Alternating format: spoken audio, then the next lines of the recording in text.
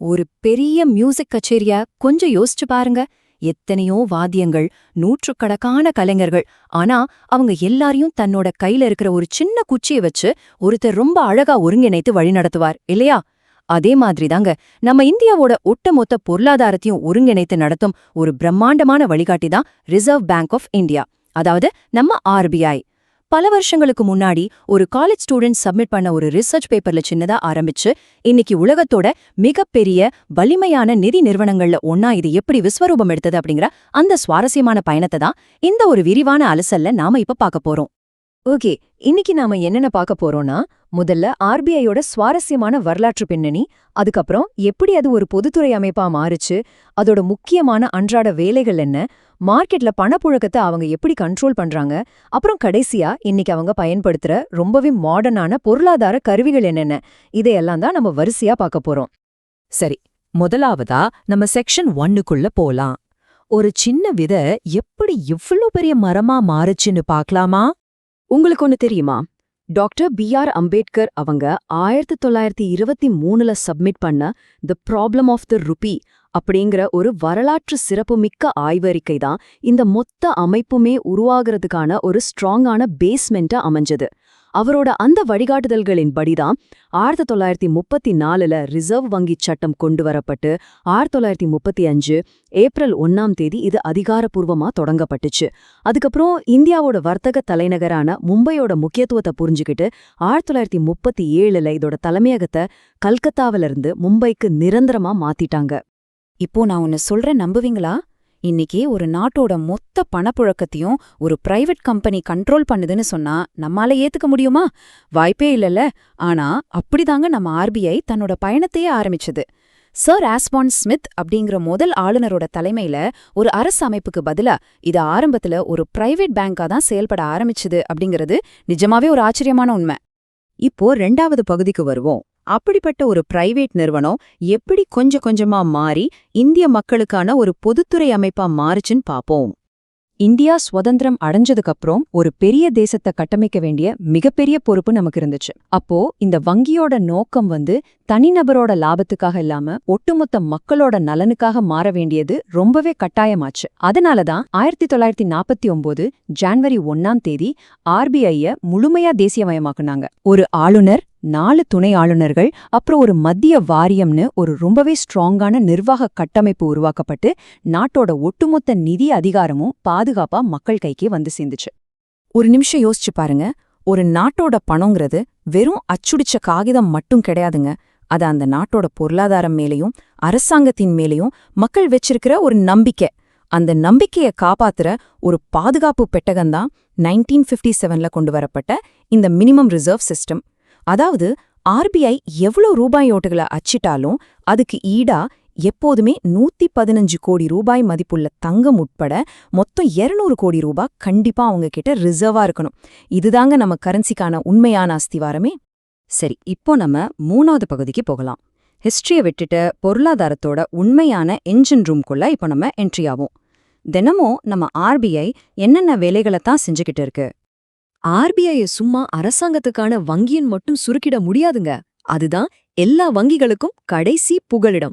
இத கொஞ்சம் கற்பனை பண்ணி பாருங்களேன். ஒருவேளை ஒரு பேங்க்ல சுத்தமா பணமே இல்லாம திவாலாகிற நிலைமைக்கு போயிடுச்சுன்னா, அங்க உங்கள மாதிரி என்ன மாதிரி சாமானிய மக்கள் சேர்த்து வச்ச வாழ்நாள் சேமிப்பெல்லாம் என்ன ஆகுறது? அந்த மாதிரி ஒரு பேரழிவு நடக்காம தடுக்க ரொம்பவே கிரிட்டிக்கலான சிச்சுவேஷன்ல தத்தளிக்கிற வங்கிகளுக்கு உயிர் கொடுக்கிற ஒரு சஞ்சீவியா தான் நம்ம ஆர்பிஐ செயல்படுது. அது மட்டும் இல்லாம நபார்டு மாதிரி அமைப்புகளை உருவாக்கி இந்தியாவோட உயிர் நாடியான விவசாயம் மற்றும் ஊரக வளர்ச்சியையும் இவங்க தான் உறுதி பண்றாங்க. இந்த ஒரு விஷயம் நிஜமாவே ஒரு மேஜிக் மாதிரி தாங்க இருக்கும். இப்போ நீங்க ஒரு பேங்க்ல 100 ரூபாய் டெபாசிட் பண்றீங்கன்னு வச்சுப்போம். பேங்க் அதுல 20 ரூபாயை மட்டும் சேஃபா எடுத்து வச்சுட்டு மீதி இருக்கிற 80 ரூபாயை யாருக்காவது லோனா கொடுப்பாங்க.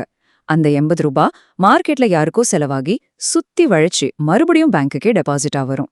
இப்படியே சங்கிலி தொடர் மாதிரி இது சுழன்று சுழன்று உங்களோட அந்த ஒரு 100 ரூபாய் எப்படி 500 ரூபாய்க்கான ஒரு மாபெரும் பொருளாதார செயல்பாடா மாறுது அப்படிங்கறத இந்த மணி மல்டிப்ளையர் கான்செப்ட் ரொம்ப அழகா விளக்குது. இப்போ நம்ம அலசலோட ரொம்ப முக்கியமான 4வது பகுதிக்கு வந்தாச்சு. மார்க்கெட்ல எவ்ளோ பணம் இருக்கணும், அதோட ஸ்பீட் என்ன அப்படிங்கறத ஆர்பிஐ எப்படி கண்ட்ரோல் பண்றாங்கன்னு பாப்போம். இதை ரொம்ப சிம்பிளா புரிஞ்சுக்கலாம். ரெப்போ ரேட் அப்படிங்கறது ஒரு வண்டியோட பிரேக் மாதிரி நினைச்சுக்கோங்க. விலைவாசி கண்டபடி ஏறும்போதெல்லாம் ஆர்பிஐ இந்த ரெப்போ ரேட்டை அப்படியே உயர்த்துவாங்க. இதனால வங்கிகள் ஆர்பிஐ கிட்ட வாங்குற கடனுக்கான வட்டி அதிகமாகும். அந்த எக்ஸ்ட்ரா சுமைய வங்கிகள் யார் தலையில கட்டுவாங்க? கண்டிப்பா நம்ம மேலதான். அப்போ நாம கடன் வாங்குறது குறைப்போம், மார்க்கெட்ல செலவுகள் குறையும், ஆட்டோமேட்டிக்கா விலைவாசியும் கண்ட்ரோலுக்கு வந்துடும். இதுக்கு அப்படியே ஆப்போசிட் தான் ரிவர்ஸ் ரெப்போ ரேட். மார்க்கெட்ல அளவுக்கு அதிகமா பணம் சுழலும் போது அது அப்படியே ஸ்பாஞ்ச் மாதிரி உறிஞ்சி எடுக்க இது பயன்படுத்தப்படுது. ரெப்போ ரேட் அப்படிங்கிறது பணத்துக்கான விலை அப்படின்னா, இந்த சிஆர்ஆர்ங்கிறது பணத்தோட அளவு. அதாவது ஒவ்வொரு பேங்க்கும் அவங்க கிட்ட இருக்கிற மொத்த டெபாசிட்ல ஒரு குறிப்பிட்ட சதவீதத்தை எந்த ஒரு காரணமும் சொல்லாம கட்டாயமா ஆர்பிஐ கிட்ட கேஷாவே கொடுத்து வச்சிருக்கணும். ஒருவேளை ஆர்பிஐ இந்த சிஆர்ஆர் ரேட்டை உயர்த்திட்டாங்கன்னா, வங்கிகள் மக்கள் கையில லோனா கொடுக்கக்கூடிய பணத்தோட அளவு உடனே குறைஞ்சிடும். இப்படிதான் இவங்க மார்க்கெட்ல பணப்புழக்கத்தை டைட்டா கண்ட்ரோல்ல வச்சிருக்காங்க. சிஆர்ஆருக்கும் இந்த எஸ்எல்ஆருக்கும் ரொம்ப முக்கியமான வித்தியாசம் இருக்குங்க. சிஆர்ஆர பணமா ஆர்பிஐ கிட்ட கொடுத்து வைக்கணும். ஆனா இந்த எஸ்எல்ஆர் அப்படிங்கிறது பேங்க் அவங்களுக்குள்ளே வச்சிருக்க வேண்டிய ஒரு எமர்ஜென்சி ஃபண்ட். இதை அவங்க கேஷா வச்சிருக்காம தங்கம் இல்லைன்னா கவர்மெண்ட் பாண்ட்ஸ் மாதிரி ரொம்ப ரொம்ப சேஃபான சொத்துக்களா அவங்க கையிலேயே பத்திரமா வச்சிருக்கணும். நாளைக்கு பேங்க்குள்ள ஏதாவது ஒரு பெரிய பிரச்சனை பணமுடைய வருதுன்னா அவங்க எந்த தடையும் இல்லாம செயல்படுறதுக்கு இது ஒரு மிகப்பெரிய சேஃப்டி நெட்டா இருக்கும். ஃபைனலா பகுதி 5க்கு வந்துட்டோம். இன்னைக்கு நாம வாழ்ந்துட்டு இருக்கிற இந்த மாடர்ன் காலத்துல எவ்ளோ ஸ்ட்ரிக்டான ரூல்ஸ்க்கு நடுவுல நம்ம ஆர்பிஐ செயல்படுதுன்னு பாப்போம். இன்னைக்கு இருக்கிற இந்திய பொருளாதாரத்துல ரொம்ப முக்கியமான ஒற்றை நம்பர் எதுன்னு கேட்டீங்கன்னா, அது இந்த 4% தாங்க. உங்க மைண்ட் வாய்ஸ் எனக்கு கேக்குது, பணவீக்கம் எதுக்கு 4% இருக்கணும், அது 0வா இருந்தா என்ன அப்படின்னு தானே யோசிக்கிறீங்க. கொஞ்சம் விலைவாசி ஏற்றம், அதாவது பணவீக்கம் இருந்தாதான் பொருளாதாரம் வளரும். பிசினஸ் பண்றவங்க முதலீடு பண்ணுவாங்க. ஆனா அதுவே லிமிட்டை தாண்டி போயிடுச்சுன்னா சாமானிய மக்களோட வாங்கும் திறனே சுத்தமா அழிஞ்சிட்டோம்.